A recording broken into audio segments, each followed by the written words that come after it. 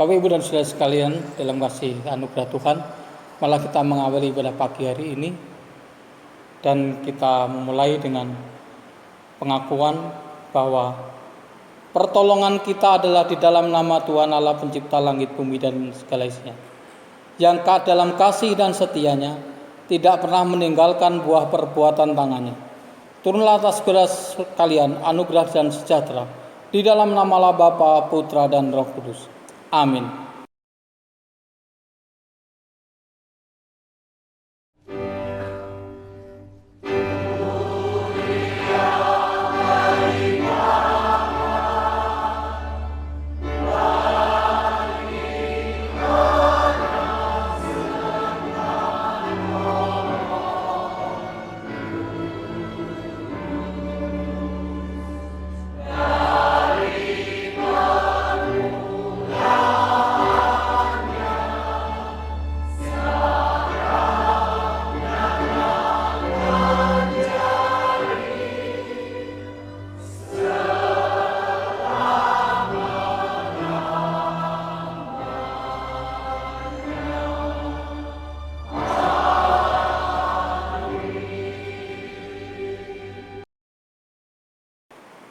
Ayat pengantar firman Tuhan pada hari ini terambil dari 1 Korintus pasal 13 ayat 4 sampai dengan ayat 7 yang demikian bunyi firman Tuhan. Kasih itu sabar, kasih itu murah hati. Ia tidak cemburu, ia tidak memegahkan diri dan tidak sombong. Ia tidak melakukan yang tidak sopan dan tidak mencari keuntungan diri sendiri. Ia tidak pemarah dan tidak menyimpan kesalahan orang lain. Ia tidak bersukacita karena ketidakadilan, tetapi karena kebenaran. Ia menutupi segala sesuatu, percaya segala sesuatu, mengharapkan segala sesuatu, sabar menanggung segala sesuatu. Amin.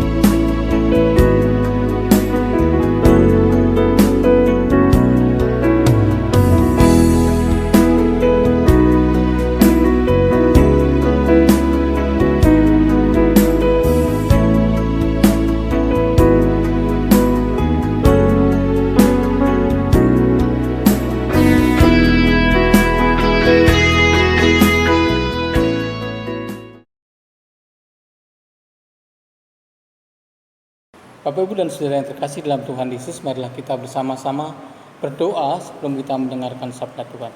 Mari kita berdoa. Bapa yang makasih, kiranya rahmat berkat anugerah-Mu menyertai kehidupan kami, dan kami percaya bahwa rahmat-Mu itu mengalir dalam hidup kami, dan sukacita Tuhan menjadi sukacita kami dalam hidup kami sehari-hari.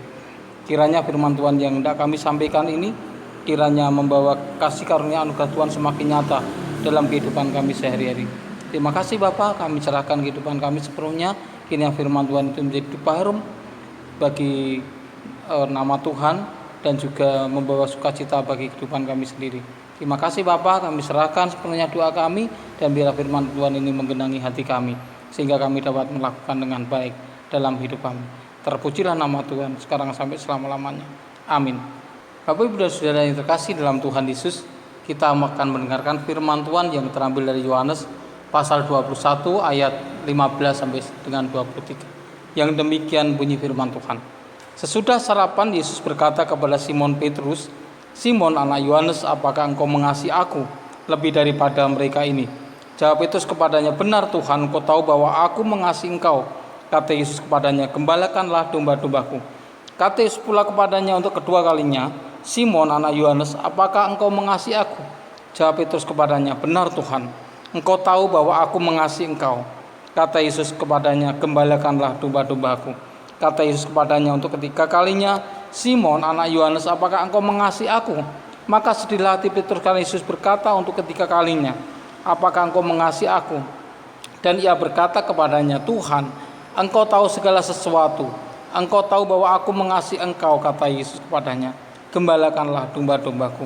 Aku berkata kepadamu, sesungguhnya ketika engkau masih muda dan engkau mengikat pinggangmu sendiri, dan engkau berjalan kemana saja kau kehendaki. Tetapi jika engkau sudah menjadi tua, engkau akan mengulurkan tanganmu, dan orang lain akan mengikat engkau dan membawa engkau ke tempat yang tidak kau kehendaki." Dan hal ini dikatakannya untuk menyatakan bagaimana Petrus akan mati dan memuliakan Allah. Sesudah mengatakan demikian, ia berkata kepada Petrus, "Ikutlah aku." Ketika Petrus berpaling, ia melihat bahwa murid yang dikasihi Yesus sedang mengikuti mereka, yaitu murid yang pada waktu mereka sedang makan bersama duduk dekat Yesus, dan yang berkata, "Tuhan, siapakah dia yang akan menyerahkan engkau?" Ketika Petrus melihat murid itu, ia berkata kepada Yesus, "Tuhan, apakah yang akan terjadi dengan dia?" Jawab Yesus, "Jikalau engkau menghendaki supaya ia tinggal hidup sampai aku datang, itu bukan urusanmu, tetapi engkau ikutlah aku." Maka tersebarlah kabar di antara murid-murid itu bahwa Yesus itu tidak akan mati. Tetapi Yesus mengatakan kepada Petrus bahwa murid itu tidak akan mati, melainkan jikalau aku menghendaki supaya ia tinggal hidup sampai aku datang, itu bukan urusanmu. Amin. Terpujilah nama Tuhan. Berbahagia setiap orang yang membaca firman-Nya dan melakukan di dalam hidupnya sehari-hari. Bapak, Ibu dan Saudara yang terkasih dalam Tuhan, di dalam firman Tuhan hari ini, maka kita boleh memahami satu bagian yang penting di dalam pernyataan-pernyataan Tuhan Yesus dan perjumpaan dengan muridnya.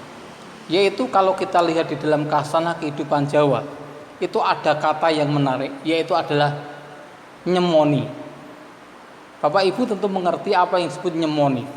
Nyemoni adalah sebuah perkataan yang lembut atau halus, tetapi isinya itu menohok orang yang diajak bicara.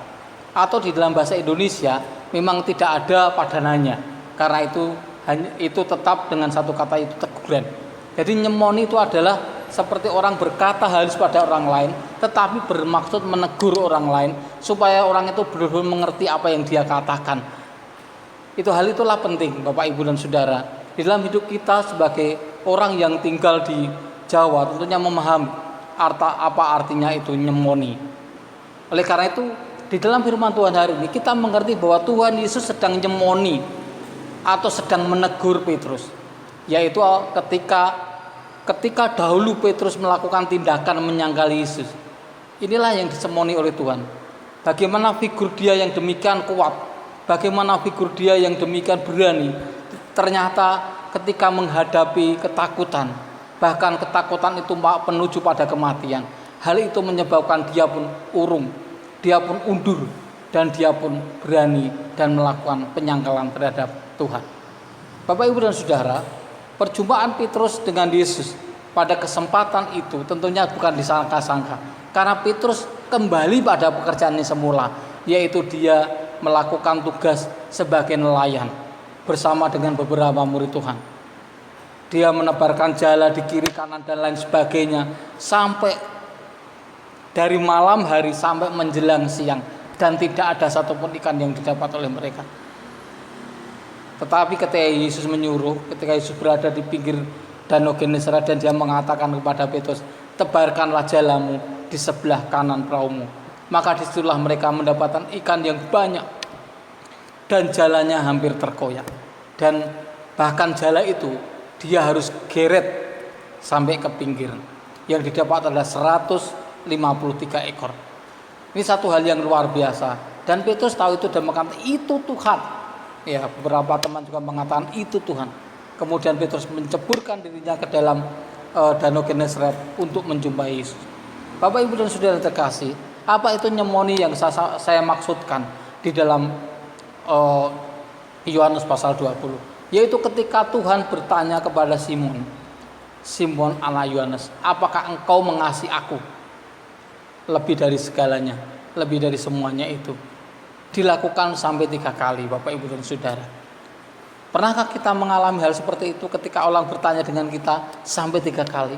Itu berarti pertanyaan itu bermaksud menegaskan. Pertanyaan itu bermaksud mendapat jawaban yang tepat. Dan kadang-kadang, dan bukan kadang-kadang, bahkan seringkali pertanyaan itu mengandung maksud-maksud tertentu yang dimaksudkan oleh si penanya. Jadi ketika kita mendengar Tuhan Yesus berkata, apakah Simon anak Yohanes, apakah engkau mengasihi aku? Itu berarti Tuhan mengingatkan dan menegaskan kepada Petrus untuk mengingat kembali peristiwa bahwa dia pernah menyangkal Yesus sampai 3 kali. Dan yang paling menjengkelkan adalah bagaimana dia ketakutan kepada seorang hamba yang tugasnya hanya menutup dan membuka pintu istana kerajaan atau istana dari imam besar. Petrus takut. Bahkan juga kepada anak-anak sekalipun dia juga takut. Bapak, Ibu, dan Saudara, kalau dalam bahasa Jawa itu dikatakan kebangetan, ya, ketakutan dia sampai mencurigai seorang hamba, bahkan mencurigai seorang anak. Dan dia mengatakan, aku tidak kenal dia. Karena orang tahu bahwa ketika dia berbicara, dia menggunakan logat Galilea. Ya, Bapak, Ibu, dan Saudara yang terkasih dalam Tuhan, itulah yang terjadi. Dia diingatkan untuk 3 kali penyangkalan, sehingga Tuhan Yesus menanyakan hal itu juga 3 kali, mengingatkan dia supaya dia mau merefresh kembali ingatannya bahwa dia telah menyangkal Tuhan sebanyak 3 kali. Yang kedua, teguran Yesus secara nyemoni, Bapak, Ibu, dan Saudara. Pertanyaan yang Tuhan Yesus katakan adalah, Simon anak Yohanes, apakah engkau mengasihi aku? Maka pertanyaan Simon anak Yohanes ini pertanyaan yang tepat, tapi tidak lazim Tuhan Yesus katakan dengan mengatakan Simon anak Yohanes. Mengapa demikian? Karena panggilan sehari-hari Simon itu bukanlah anak Yohanes, meskipun benar ayahnya bernama Yohanes. Tetapi kebiasaan itu menyebut Simon itu dengan kata Petrus atau Petra. Ya, kata itu berasal dari kata Petra yang berarti adalah batu karang. Tuhan melihat bahwa Yesus adalah seperti batu karang. Keteguhannya, keberaniannya itu nampak. Bahkan ketika Petrus mengatakan engkau adalah Mesias, anak Allah yang hidup. Perkataan itu sebetulnya bermakna subversif. Bapak, Ibu, tentu mengerti, ya. Itu jawaban yang sama sekali melawan pemerintahan Romawi. Karena dia mengatakan engkau adalah Mesias. Itu berarti mendudukkan Yesus pada posisi sebagai pemimpin, bahkan sebagai raja, karena dia adalah Mesias. Dia juga adalah orang yang berani ketika dia membawa pedang dan menebaskan telinga dari Malkus, seorang hamba. Tetapi Bapak Ibu dan Saudara yang terkasih dalam Tuhan, pertanyaan Yesus mengatakan, Simon anak Yohanes, menunjukkan bahwa Tuhan tidak lagi memandang Simon itu sebagai Petra si batu karang, tetapi dia mengingatkan kemanusiaan Petrus yang sebetulnya dia masih mengandalkan dirinya sendiri di dalam kehidupannya. Bukankah seperti kita juga sama? Seringkali kita mengandalkan diri kita untuk hal-hal yang bersifat rohani. Kita melakukan sesuatu kelihatan rohani, tetapi kita tidak mendudukkan, meletakkan itu di dalam kasih karunia anugerah Tuhan. Pertanyaan ini mengajar kita supaya kita mengasihi Tuhan itu sepenuhnya. Yang kedua, haruslah meletakkan Roh Kudus itu di dalam hati kita, sehingga ketika kita berkarya, maka karya Tuhanlah yang dinyatakan di dalam diri kita. Bapak, Ibu dan Saudara, bahkan pada satu kesempatan lain Petrus juga hampir menyangkal Yesus yang kedua kalinya ketika dia menjadi uskup di Roma. Dia hampir saja melarikan diri keluar dari Roma karena Kaisar Nero itu membunuh orang Kristen. Kaisar Nero itu menindas orang Kristen. Kaisar Nero menganiaya orang Kristen. Dan hampir saja Petrus melarikan diri. Tetapi ketika di jalan dia berjumpa Yesus yang memikul salib, dan Tuhan berkata, "Quo vadis Domini?" Hendak kemanakah engkau Tuhan? Dan Tuhan menjawab, "Aku akan disalibkan yang kedua kalinya."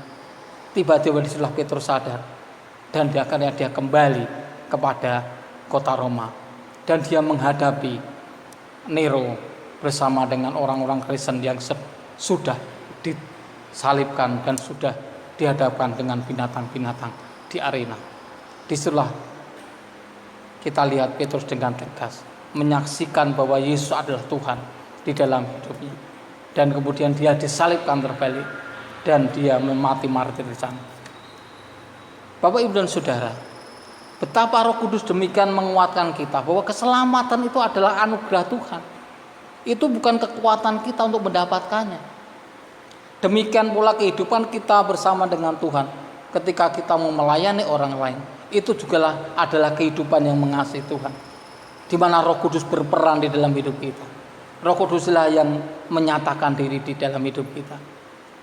Oleh karena itu Bapak, Ibu dan Saudara, kita harus menegaskan bahwa hidup kita percaya oleh karena anugerah, dan Roh Kudus sendiri yang menyatakannya kepada kita. Sehingga hidup kita bukanlah hidup kita sendiri, melainkan Tuhan yang berkarya di dalam hidup kita. Kemudian yang ketiga Bapak, Ibu dan Saudara, kata yang dikatakan oleh Tuhan Yesus, "Simon anak Yohanes, apakah engkau mengasihi aku?" Kata kasih atau mengasihi, Tuhan dua kali menggunakan kata agape. Bapak Ibu tahu agape di dalam bahasa Yunani itu maksudnya apa?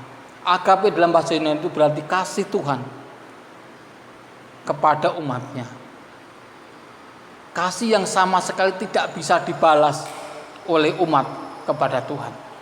Kasih yang sejati yang Tuhan berikan kepada umatnya, yang tidak mungkin dikembalikan umat kepada Tuhan. Kasih yang muncul karena anugerah Tuhan kepada kita semua, itu adalah kasih agape, dan kasih yang tidak mungkin kita balaskan.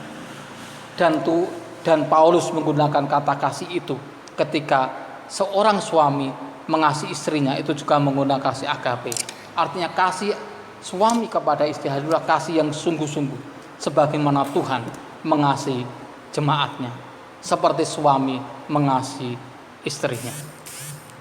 Bapak, Ibu dan Saudara, oleh karena itu ketika kita melihat pertanyaan Yesus tadi, kita melihat kata mengasihi dua kali menggunakan kata agape. Itu artinya Tuhan ingin mengajak Petrus mengasihi dengan sesungguh-sungguhnya, dengan kasih yang sejati. Tetapi Petrus menjawab, "Tuhan, aku mengasihi engkau." Tapi kasih itu adalah kasih filia. Demikian kemudian pada pertanyaan yang ketiga, Tuhan mengatakan, "Apakah engkau mengasihi aku? Apa engkau filia kepadaku?" Maka Petrus mengatakan, "Tuhan, benar, aku mengasihi engkau, aku filia kepadamu." Ini berarti bahwa Petrus menyadari bahwa dia sebagai manusia tidak bisa mengasihi Allah sebagaimana Allah mengasihinya. Dia hanya bisa mengasihi dalam tataran agape. Itu yang bisa dia lakukan karena dia sadar selama ini dia mengandalkan dirinya sendiri. bahwa kehebatannya, ketangguhannya, keberaniannya itu hanyalah sesuatu dari luaran yang cuma dihidupi dari dirinya sendiri. Disitulah Tuhan paham, dan Tuhan akan menyempurnakan kasih filia itu menjadi kasih agape. Demikian juga dengan hidup kita. Kita mengasihi banyak orang dengan kasih yang ingin kita nyatakan sebaik-baiknya, dan kita percaya Allah akan menyempurnakan segala hal yang ingin kita sampaikan kepada sesama kita dan kasih kita kepada Allah di dalam hidup kita masing-masing.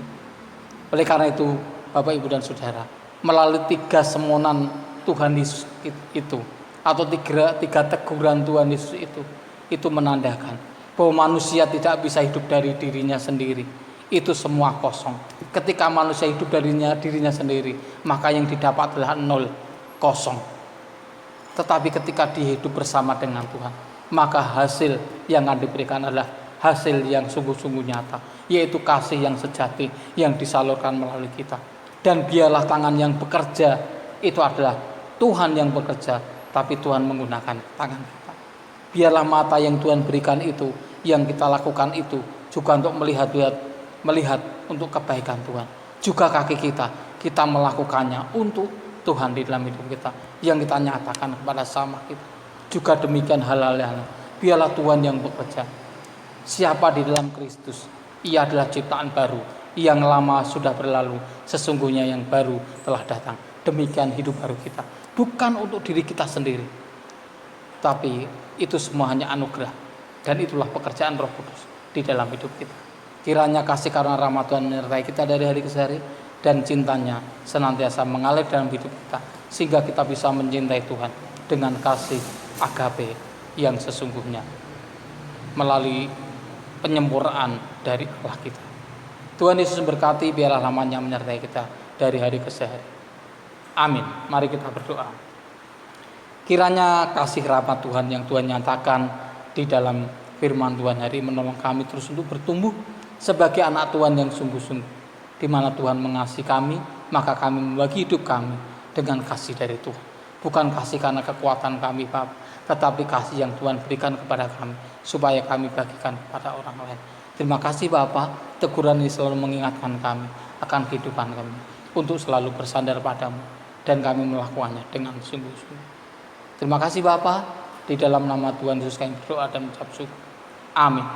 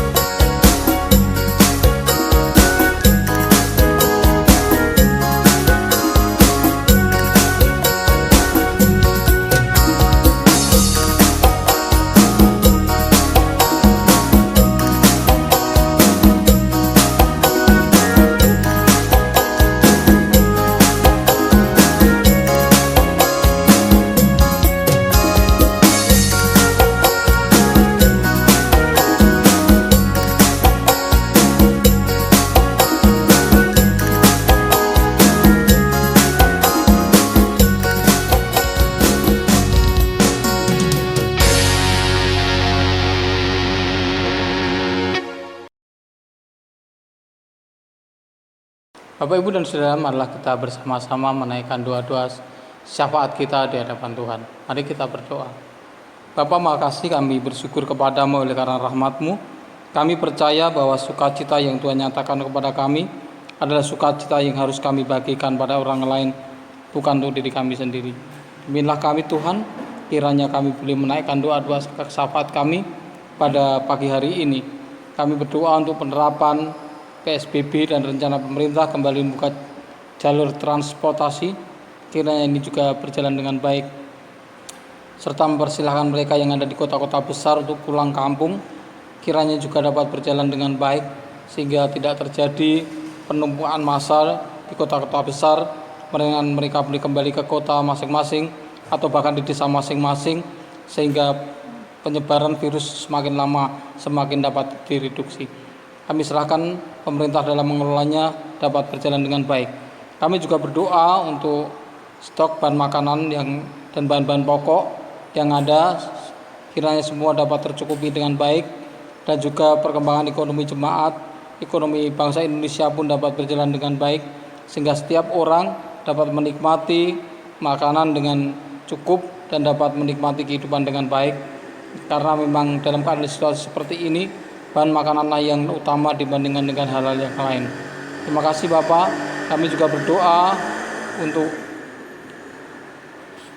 pencarian antivirus yang dilakukan oleh banyak negara dan juga untuk lembaga-lembaga yang lain, sekiranya dapat mendapatkan antivirus yang baik dan vaksin ini dapat teruji dengan baik, sehingga gelombang kesembuhan dapat terjadi di Indonesia ini pada khususnya dan juga di muka bumi ini, sehingga virus itu dapat menghilang dari seluruh dunia ini. Terima kasih Bapak. Kami juga berdoa untuk masing-masing keluarga kami Bapak, lindungi kami masing-masing, juga lindungi jemaat Tuhan dimanapun mereka berada. Mereka juga boleh menerapkan protokol yang diberikan oleh pemerintah, memberikan jarak dan juga makan yang sehat, kemudian juga menggunakan masker dan lain sebagainya. Mereka menjadi jemaat yang tetap kuat, sehat, bersemangat dan setia kepada Tuhan. Terima kasih Bapak, kami menyerahkan keluarga kami masing-masing dan jemaat Tuhan di dalam tangan-Mu yang penuh kuasa. Kami berdoa juga mohon lawatan Tuhan atas seluruh bangsa kami ini Bapak, sehingga virus dapat berlalu dari Indonesia, dan juga lawatan ikut juga akan membawa kami pada kehidupan yang jauh lebih baik di masa depan, dan juga mengucap syukur itu selalu nyata dalam hidup kami. Terima kasih Bapak, kami serahkan doa kami sepenuhnya, dan biar Roh Kudus berbicara atas kami semua, dan Roh Kudus menyatakan diri, dan kami boleh sungguh-sungguh mempergumulkan segala hal dalam hidup kami. Baik, terima kasih Bapak, kami serahkan doa ini sepenuhnya di dalam satu nama yang berkuasa dari segala nama, Tuhan Yesus Kristus. Haleluya. Amin.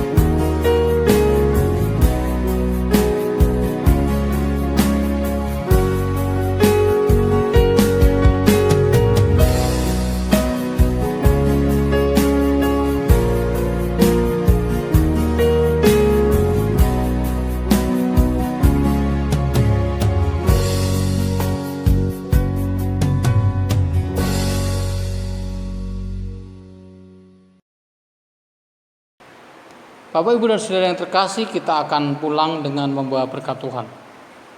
Tuhan memberkati engkau dan melindungi engkau. Tuhan menyinari engkau dengan wajah-Nya dan memberi engkau kasih karunia. Tuhan menghadapkan wajah-Nya kepadamu dan memberi engkau damai sejahtera. Kiranya berkat, rahmat, kasih, anugerah yang datangnya dari Allah Bapa, di dalam kasih Tuhan Yesus Kristus dan pertolongan Roh Kudus, menyertai saudara sekalian dari hari ini seterusnya sampai selama-lamanya. Amin.